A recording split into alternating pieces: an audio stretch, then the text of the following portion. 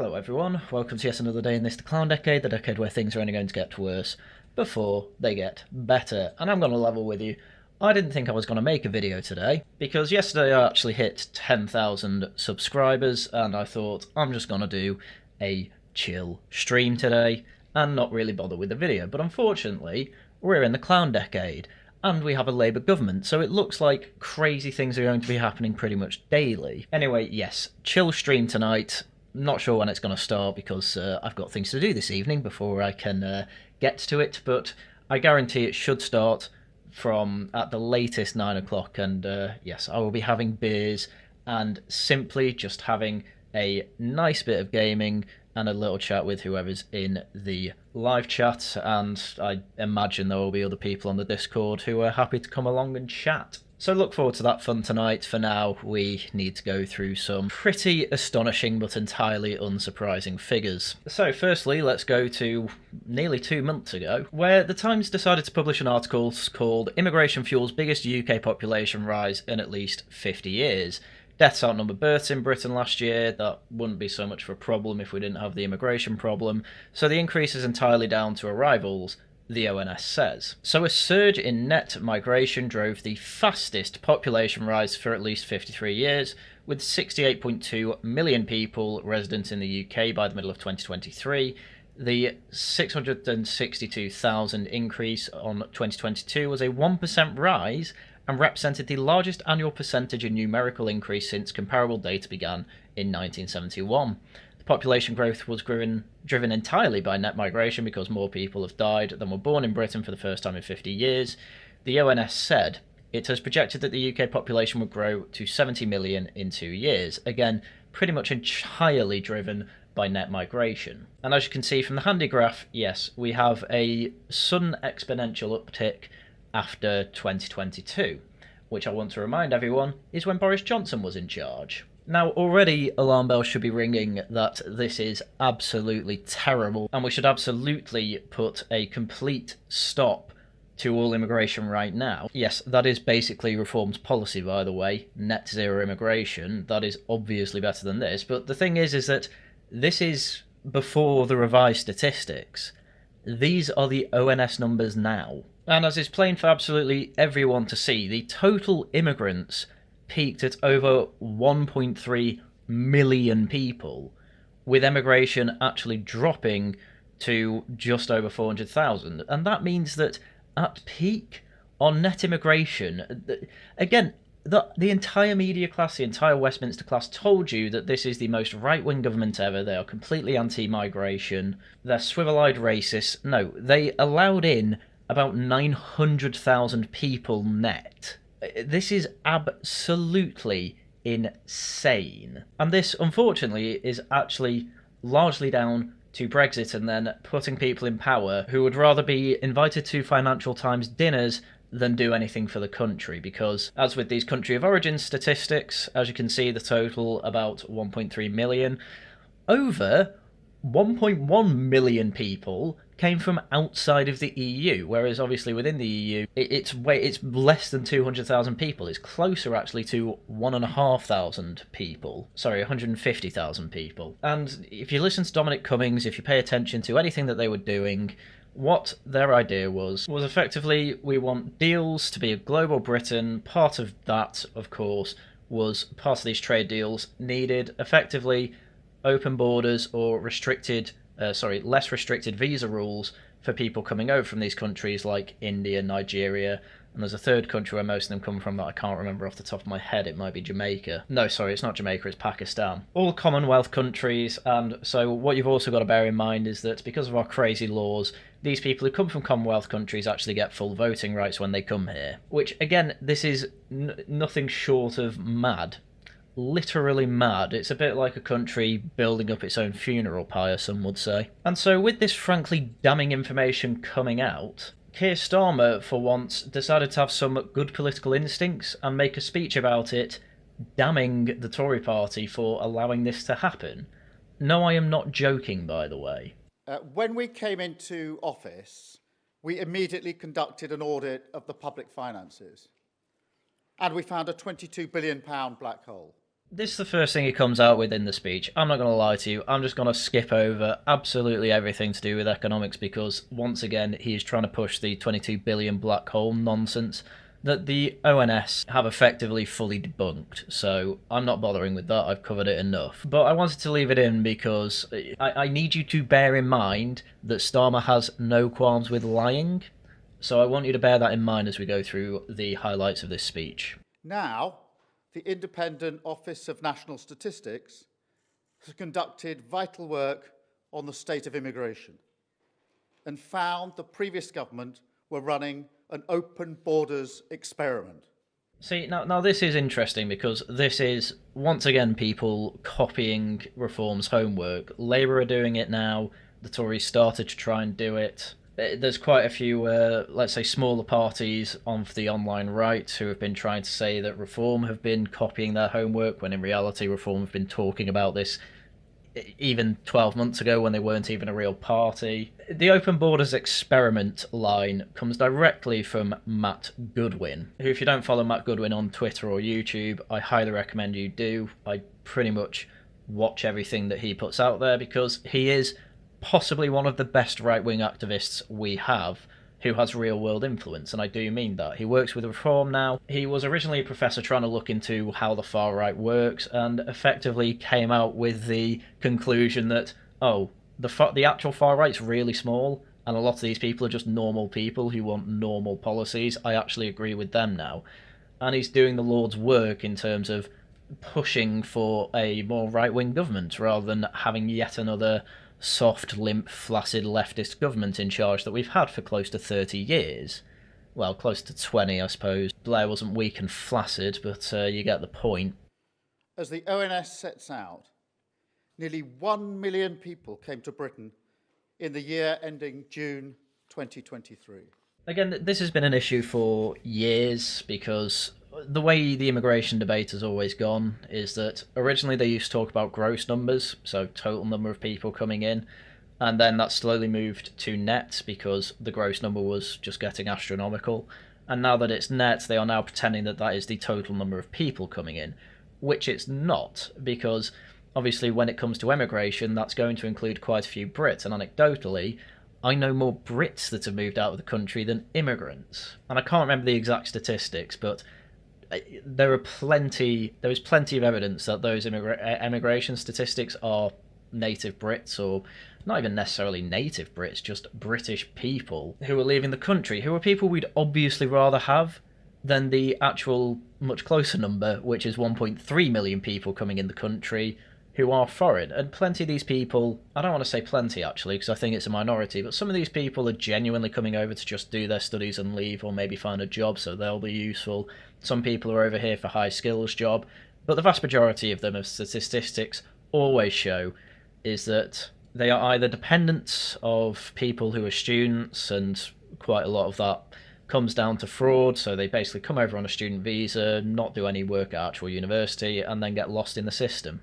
But quite a few of them are low-skilled workers as well, so people who are just putting downward pressure on lower wages and actually helping contribute to wage compression. So your skilled jobs, or jobs after you get basic training, those wages get pushed down while the minimum wage keeps being put up, and so there's basically no point actually trying to get skills, because you can just get a minimum wage job and then top it up with benefits, and then you're effectively at the same income level as someone who's got a skilled job. You get the point. This is not a popular version of immigration. A popular version of immigration is basically nobody coming to the country unless they are actually going to be an economic benefit. And basically all of those people are either students, so we need way less students because that is being absolutely taken advantage of and being used for fraud, but either way, students would be fine if they're legitimate, and obviously high-skilled workers, people who are coming here and being, brain surgeons or rocket scientists, something like that. People that work in the AI industry, that's a growing sector, things like that. What we have at the moment is the complete opposite. If they're a student, odds are they're illegitimate or just being put there because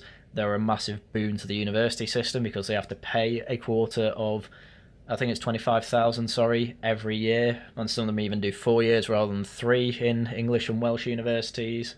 And then, of course, we barely have any high-skilled people coming in. Most people coming in are low-skilled, and even when they do come over on a visa, they get lost in the system. And that's not even touching illegal immigration. So I think I've made the point here. We have probably the worst migration policy we could ask for. That is 4 times the migration levels compared with 2019. Well, sure, I don't really care about that personally. What I care most about is that the promise was we will get, this was 20 years of Tory promise, by the way, we will get migration down to the tens of thousands. And instead, they've actually delivered nearly 10 times that. Time and again, the Conservative Party promised they would get the numbers down. Time and again, they failed. And now the chorus of excuses has begun.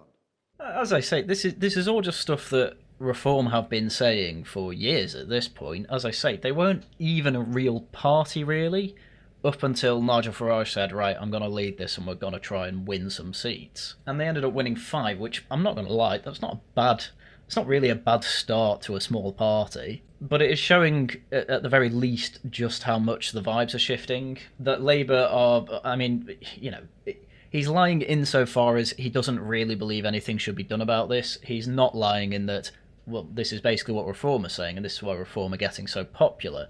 You know, bear in mind, Reform, I think, are 5 points behind Labour at this point. Obviously, the Tories are on top because the Tories don't have to do anything to watch Labour crumble under their own pressure. But this is clearly what is happening. The two main parties are realising, oh my god, immigration is actually absolutely huge. We don't think there's much bad about it, but we can't win votes if immigration is still this high. So they effectively have to start virtue signalling to Reform voters that, hey, we hear you. The problem is that after 30 years of all this, nobody believes you. Nobody is going to believe that Labour, who effectively were the first ones to open the floodgates, are going to reduce immigration, and then the Tories, who watched Boris Johnson literally remove any sort of dam that was in the way of migration, is going to reduce it either. And so this is the problem they have anyway. They have a reputation of basically lying to everyone, and this is where the lie comes in. He's not lying that this is a disaster. He's lying that he cares. What the British people are owed is an explanation. Because a failure on this scale isn't just bad luck. It isn't a global trend or taking your eye off the ball. No, this is a different order of failure. This happened by design, not accident. Yeah, the thing is here, I agree with all that, by the way. The thing is here is that Starmer and his whole corral of leftists in Labour were all pointing at the Tories saying, oh, they're racist, they're anti-immigrant, they, you know, want to deport absolutely everyone they can. They want a white country. And fact of the matter is that, one, that's obviously not true, but the fact of the matter is that Labour in opposition were basically saying 1.3 million people coming here a year wasn't enough. That's effectively what they were saying in opposition. Now they're in charge. Now immigration is totally out of control. Now they're realising that they're losing an awful lot of their voters to Reform. They're now trying to signal, hey, you know, we actually agree with Reform. No, you don't. You called people who had this opinion racist for years. Don't believe a damn word of it. I don't think anyone does anyway. The people who still vote Labour are effectively just public sector workers at this point, looking for another pay rise. Anyone who has immigration high up on their list and knows about Reform is a Reform voter at this point. The main problem Reform have at the moment is that their brand isn't out there properly. Yes, they've just made 100,000 members. Yes, they are 22% in the polls. But you've got to realise that the average person probably still thinks Theresa May's still in charge of the country. Like, people are so disengaged from politics that they won't probably have heard of Reform before. They'll be like, Reform? I think I've heard of them. Are they run by, you know, Boris Johnson or something? That is genuinely how your unengaged normie will think. And so this is where Reform have got to get in. That's why they need grassroots. I've been listening to Dominic Cummings a lot recently, and he used to say he basically doesn't trust Farage to be a good actor. He thinks he'll do what he can to make money here and then go off to America. And in fact, he's kind of done the opposite. And he said, I was actually wrong about Farage at this point. He said it in a recent Q&A session with a big audience. It wasn't a big audience. It was more like, I don't know, 30 to 50 people. called How the Deep State Failed Britain with the Pharos Foundation. I'll link it in the description. And it's worth a watch, but even kind of the high-performing Elon Musk type, I think, is... Dominic Cummings is our Elon Musk, I'd say. Even they are starting to see reform as a serious political force in Britain. And this is exactly why Keir Starmer is doing this. It's exactly why he made this speech, but I think we've heard enough of it. I think you get the general vibe for now. But later in the speech, Keir Starmer did pledge to tighten immigration rules, which really isn't difficult to tighten immigration rules when 1.3 million people come in. As he said, figures that showed net migration reached nearly 1 million last year should shock all of us. Yeah, that's right. What exactly were these tightening rules? Well, Starmer said that he wanted immigration to come down significantly in the coming years. Okay, that's good. But he rejects calls from the Tories to impose a cap on immigration, insisting it would have no meaningful impact on reducing immigration. I mean, this is how unserious our Prime Minister is. When I said he wants effectively this, I wasn't really joking. When it comes to leftists, they see these numbers and they think, my God, we weren't expecting numbers like this. When we said we wanted immigration, we were talking like 500,000. That was our expectation. And then they have a go at Boris Johnson calling him racist, and he does literally what they want to do and doubles it. The ONS said the revision in the numbers were caused by a more accurate mechanism for counting migrants and changing trends that meant international students were staying in the UK longer. Yeah, again, you can literally just kick them out if they are overstaying their visa. Starmer said the British economy had become hopelessly reliant on immigration, while 2.8 million people were out of work on long-term sickness, and 1 in 8 young people were not in either unemployment, education, or training. Yeah, the entire British system is effectively broken, and again, you listen to Dominic Cummings, you can basically put it all down to 2 things. 1, absolutely useless ministers and prime ministers. 2, a civil service that is more than happy to be corrupt and keep a system that is broken going. So the government will publish a white paper early next year setting out reforms to points-based immigration system that will ensure employers can hire foreign workers only if they are also training domestic workers. Right, so that's trying to bring the NEET down so that they can get, British people into training. I guess that makes some sense, but again, what's the issue with a cap? The answer, the civil service don't want one. And neither does Labour, by the way. Starmer said companies' access to visa routes will now come with new exemptions on training people here in our country, on training people here in our country, adding, mark my words, this government will turn a page. This faux outrage just gets even worse when you keep reading, by the way. Chris Philip, the Shadow Home Secretary, said Starmer had pushed to keep EU freedom of movement rules by campaigning for a second EU referendum, and had repeatedly voted against the previous government's measures to crack down on illegal migration, and of course got rid of the Rwanda scheme, and of course promised to not use any more hotels, and yet we're seeing more hotels used than ever.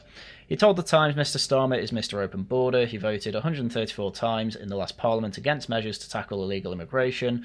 On his watch, boat crossings are up 23%. He's put an extra 6,000 illegal migrants into expensive hotels despite promising to close them.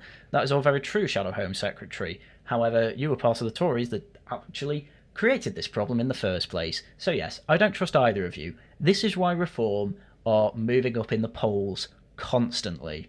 If you ignore the couple where they're down by 1%. Anyway, this issue inevitably made it onto Question Time, and possibly the worst political pundit in history, Rory Stewart, was on there, and he just had the worst take on this, but we'll just watch the whole clip. But, Rory Stewart, the absolute moron goblin, just... what can you expect his take to be other than moronic? Our immigration policy is a complete disaster. We can both celebrate the contribution of immigrants and point out that something very strange is happening. Every time they just feel a need to have this caveat of, we can celebrate immigration. Why does immigration need to be celebrated? Why is it this great thing that all these leftists want to celebrate? It's the undefeated graph. It's this graph. Again, I went through it in an earlier video, but I don't think a lot of people realise what this liberal heat map actually says. So as you can see, with Conservatives, the heat is largely around the family unit and extended family, and then it goes into countrymen and then starts trailing off after that. Where this liberal heat map actually concentrates is around all things in the universe, including plants and trees. You got to realise is that the average, assuming this represents the average liberal literally puts your life, the value of your life and your happiness and well-being, to the same of that as blades of grass out in a field. literally, your life is about as valuable as, a small bush, a holly tree, a willow. And it's just crazy to live your life like that. But this is why, to them, immigrants are on the same level as you when it comes to their needs, wants, and happiness. Because to them, immigrants are also trees. You're all the same to these people. This is why they are crazy. We've gone from a situation where for nearly 50 years the numbers were under 100,000, and we've just jumped in 5 years to 700,000, almost a million. Again, he's just talking net, but effectively that is true. And even when it was the tens of thousands, what do you think all the people shouting "We want Enoch" wanted? They wanted less immigration. And as he even says in his Birmingham speech, that Enoch Powell had constituents that didn't want to be in England anymore. They wanted to return to the country they consider home, but they basically couldn't afford it. And so part of the policy was, well, we'll help those people get home. If they don't want to stay here, why should we make them? Why not help them out to go and not come back if they don't want to, or, only come back as a tourist? But again, this was all shouted down. This is, you got to realise, this is the result of over 50 years of any sort of anti-immigration sentiment being just poo-pooed out the way, straight away. Anyone anti-immigration? No, you're not a serious person, you're not a serious politician, don't you know the current year? Get out of here. And now 1 million people are in, and now even the leftists, the liberals, they're saying, well, this isn't winning us any votes, it's actually all crumbling around the seams, maybe we should actually do something about it. And the way Rory Stewart goes through this whole issue is just disingenuous. There's absolutely no reason for that, and one of the biggest problems that we're not talking about is only 1/3 of those visas are for work. He doesn't go into it, but even of those work visas, barely any of them are for high-skilled work. So even most of the work visas shouldn't be given out. 2/3 of people are coming on student visas, family visas, or they're coming in for refugee and asylum status. You got to bear in mind that when Rory Stewart was on trigonometry, he effectively said immigration should change. We should allow, about 50,000 people a year to come in on refugee status. So again, this is all just posturing. This is all to effectively try and be a initial kind of defensive line for the regime. He's effectively saying, look, we hear you out. You go back 6 months, listen to him on any interview. He's basically saying we need more immigrants to solve the small boats crisis. Literally, to solve the small boats crisis, effectively just have more legal routes. Which, again, it's something Dominic Cummings says. That's the Whitehall line. The Whitehall line is, you can't stop the boats, so just make it so they're not illegal. Make it legal to cross the channel like that. Because, again, this is our problem. We have a corrupt civil service, and we keep getting ministers that basically want to be hands-off, basically want to be NPCs. And so Whitehall, most of the time, just gets what it wants. And we have to deal with this, because the thing that's driving far-right groups all the way across Europe, undermining democracy, is the perception that we don't have control of immigration. So, do you see what I mean? This man is such a weasel. It's the perception we don't have a grip on immigration. It's the perception. No, it's not a perception. There is no control on immigration whatsoever. That is why even Sir Keir Starmer came out and said this was an open borders experiment. This was deliberate. There is no control on it because they don't want to control it. Most of the people in the civil service will be the liberal types. I know these people. And they are the type of people that have unironic conversations with me about why we should just not stop the boats. And I always ask them, do you lock your door at night? Obviously they say yes. I ask why. And they effectively try and weasel out of saying because of security reasons by effectively saying habit.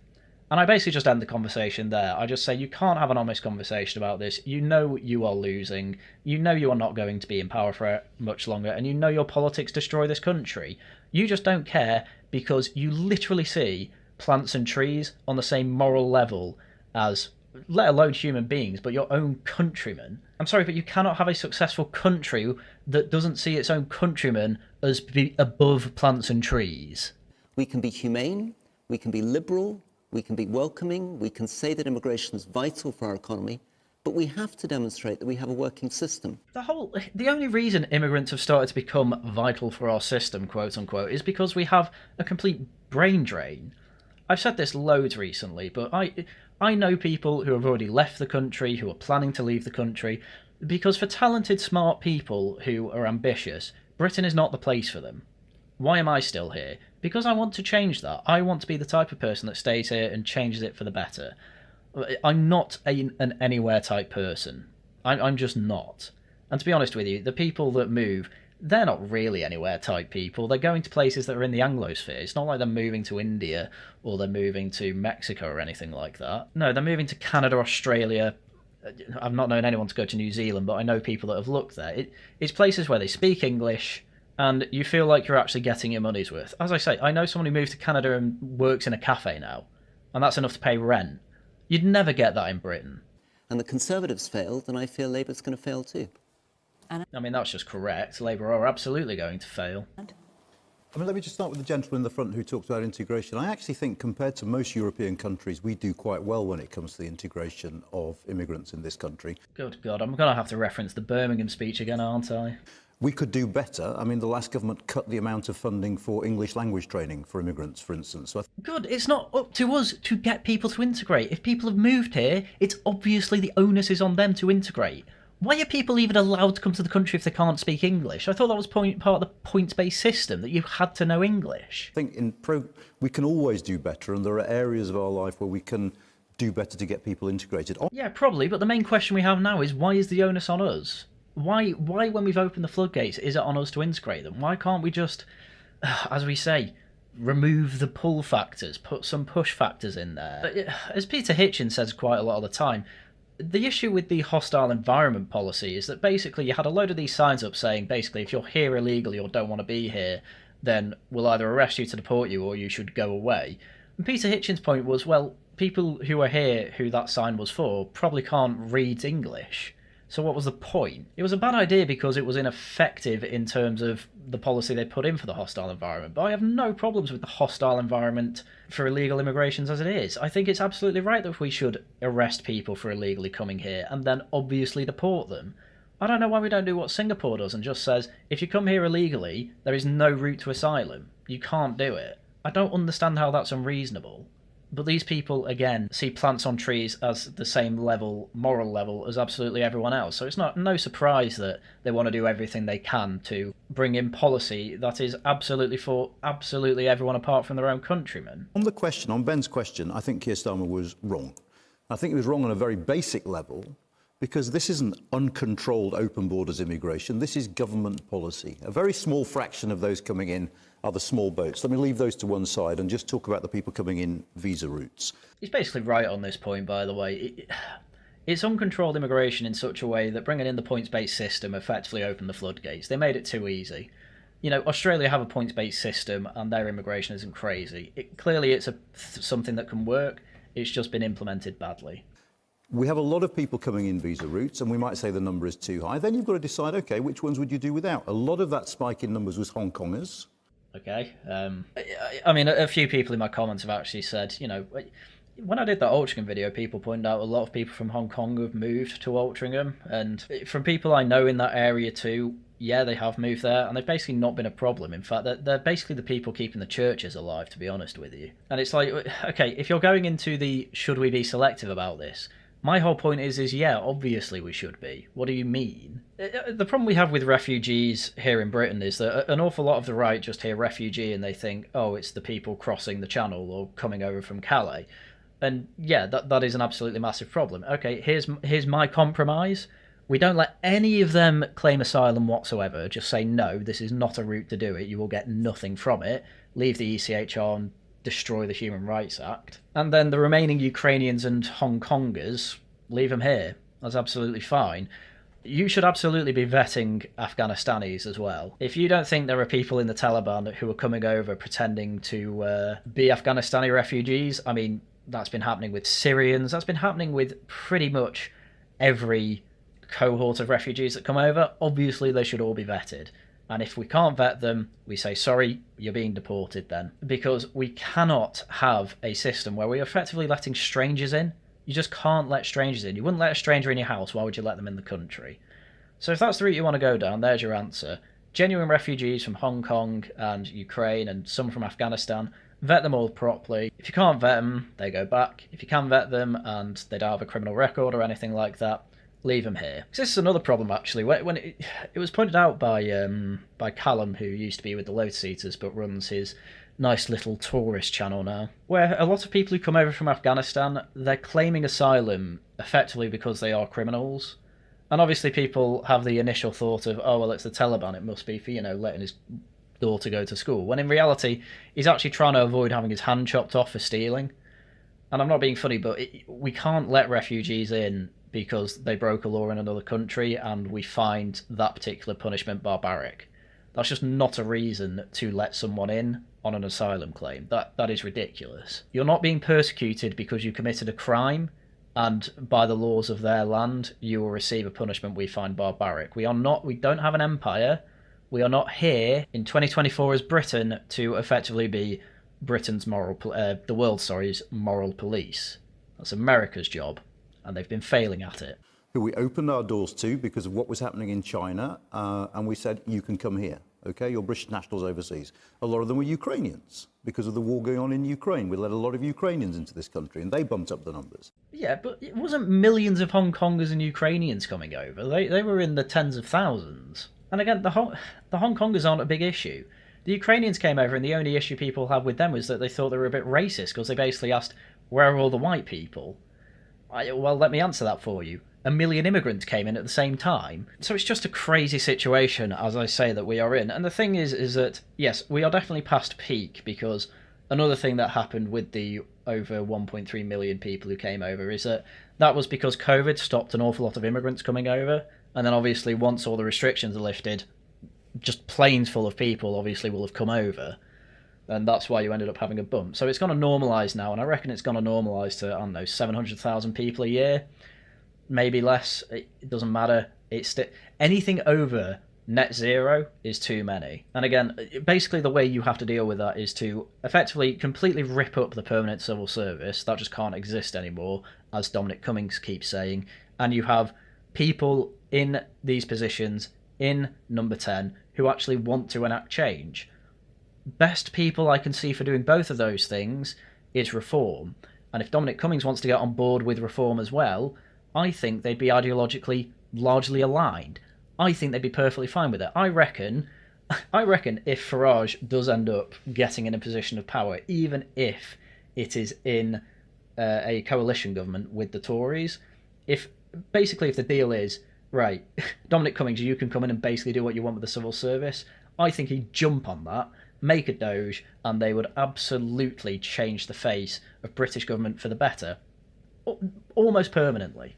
And you should find this all white pilling. As I say, even Dominic Cummings thinks it's quite likely that the two-party system is going to be broken by reform, and that does mean a coalition government. And that could be the first step to something great. That could be actually a reform Conservative merger where, you've already had some of the dry Tories moving over to reform. I don't see why there wouldn't be more. And this has been my thesis for the clown decade for ages, and I'm not going to lie to you, I didn't know exactly how it would work out. I thought Farage would have something to do with it, though. And this is the white pill at the end of the tunnel. This is the 2029 kind of... what would you call it? Heavenscape, I suppose, of Britain? Where effectively, as you're seeing over in America at the moment, the mission is just destroy the leftist corrupt institutions, and that is the only mission that matters. And I think Reform are understanding that. Matt Goodwin certainly understands that and he works with them. Dominic Cummings understands that and sees Reform as a bit of a white pill. I think things are going to be good. So, as it turns out, even though all these statistics should be blackpilling, I'm leaving you with a white pill once again on a Friday. Right, chill time. Obviously tonight, as I mentioned at the start, there is going to be a little chill stream with me playing games. I think I'm just going to be playing For Honor. Maybe whatever else people... If someone super chats that they want to play me a game, I suppose I'll play that. But we'll see where it goes. Anyway, chill stream, gaming, 100,000 subscribers. Thank you to you all. If you're not subscribed yet, do subscribe though. Obviously, now that milestone's crossed, we need to cross 50,000 then 100,000. They are both within reach. I've never felt happier doing YouTube. I'm very glad I'm doing these daily now. The best way to keep me doing it daily is to subscribe, become a channel member, send super chats and super thanks. Money is obviously the best way to encourage me to do these sorts of things, but the subscriber count is clearly working as well. So don't feel pressured to do any of that. Anyway, other shills apart from the stream tonight. Monday it's Antiquity, we're carrying on with the Peloponnesian War. Tuesday it's a newscast, so Obviously, we'll be covering this along with other stories of the week, such as Louise Haigh being fired for fiddling around with her work mobile phones 14 years ago. And Starmer knew it all and still hired her. Anyway, Saturday, obviously, it'll be Laughing at the Guardian as well. So we'll be hearing the Guardian's hot takes on why you shouldn't fire someone for being a fraud. Anyway, with that is everything I had for you for today. So once again, thank you very much for watching, and until next time, goodbye.